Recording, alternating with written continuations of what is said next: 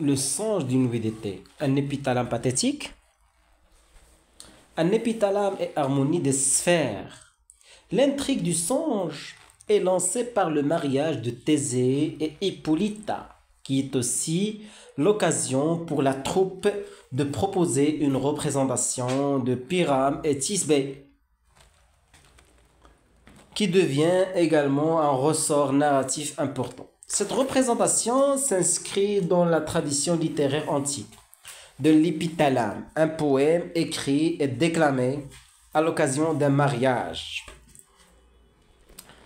Cette tradition héritée de la Grèce antique se trouve aussi chez les auteurs latins, comme Catulle, avant d'être reprise au XVIe siècle. Et elle servait à louer les unions en valorisant l'institution maritale. Il n'est pas rare que l'éloge des noces passe par une validation astrale et cosmique.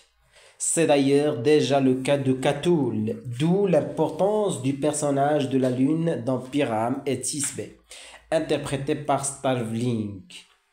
La lune joue d'ailleurs encore un grand rôle dans le choix de la date des noces dans le folklore anglais de la première modernité. Ce motif n'est donc pas anodin. Il rappelle l'épithalamion. Son motif n'est donc pas anodin.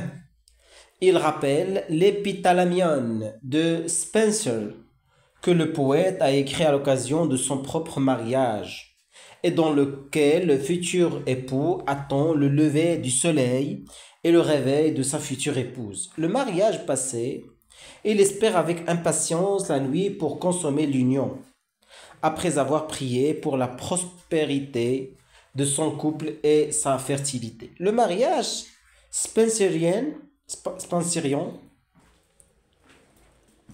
propose ainsi une union au moment du solstice entre un soleil symbole de force et de masculinité et une lune symbole de féminité.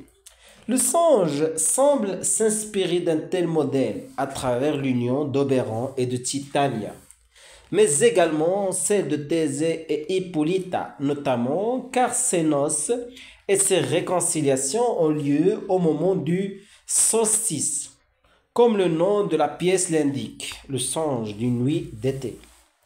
L'épithalame est ainsi l'occasion d'inscrire l'amour au cœur d'une harmonie cosmique, qui fait écho dans la tradition littéraire à l'harmonie conjugale. Toutefois, de nombreux éléments pointent dans la direction d'amour plus complexe que les astres ne le laissent penser. Dans le songe, les noces ne peuvent arriver qu'après de multiples conflits, ce qui semble indiquer que les unions ne vont pas de soi et les connotations astrales l'annoncent. Si la pleine lune est considérée par Hippolyta comme le moment idéal pour se marier, elle convoque aussi le cliché des sorcières qui se réunissent à la pleine lune dans le folklore anglais de la Renaissance,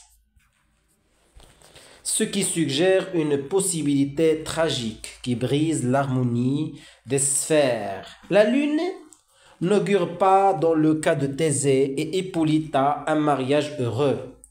On naîtra Hippolyte, qui mourra de la faim de son père, un père qui se retrouvera veuf, peut-être au terme de l'amazonomachie. L'épithalame est donc voué à l'échec.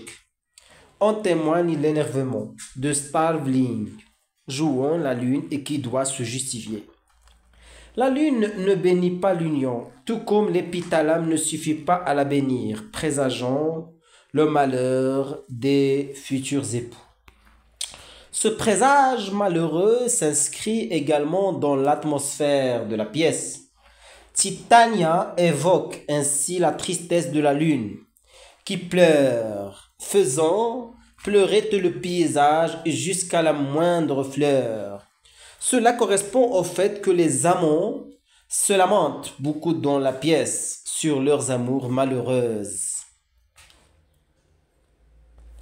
induisant une forme de mélancolie.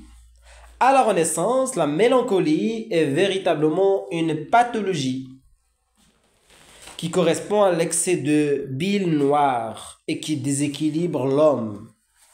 Ici, de la même façon, la lune est rendue mélancolique par la potentialité tragique des amours humains, plutôt des amours humaines, qui déséquilibrent l'harmonie des sphères.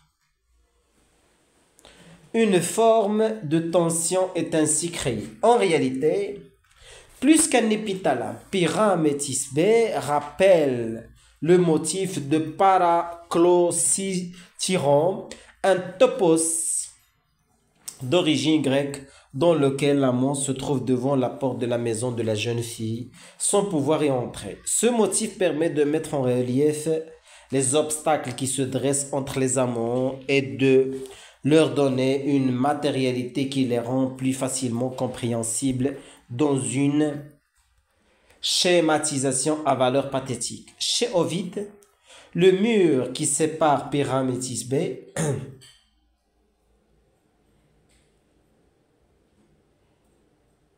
Chez Ovide, le mur qui sépare Pyrame et Thisbé joue déjà sur ce motif, mais dans le songe, une attention particulière lui est accordée. Il est mentionné 26 fois et de façon très répétitive, 5 fois en 3 lignes dans la bouche de Bottom Pyrame. Et il est également au cœur d'un sous-entendu sexuel récurrent, celui de la fente dans le mur. Ce sous-entendu n'est pas que sexuel, et ainsi, dans la mise en scène de Dalnell au Globe en 2014, les amants, au lieu de chuchoter, hurlent à travers la fente, figurée par la main de Snoots. Les noces sont ainsi célébrées par une pièce de théâtre qui met en avant un paraclosythyron, pathétique aux accents ridicules davantage qu'un épithalame couronné de succès. Au lieu de l'éloge attendu d'un amour marital qui unit deux êtres, la pièce et sa pièce enchâssée attire davantage l'attention du public vers les obstacles constitutifs des relations amoureuses qui peuvent augurer d'une issue tragique. Eros et Thanatos. Eros et Thanatos.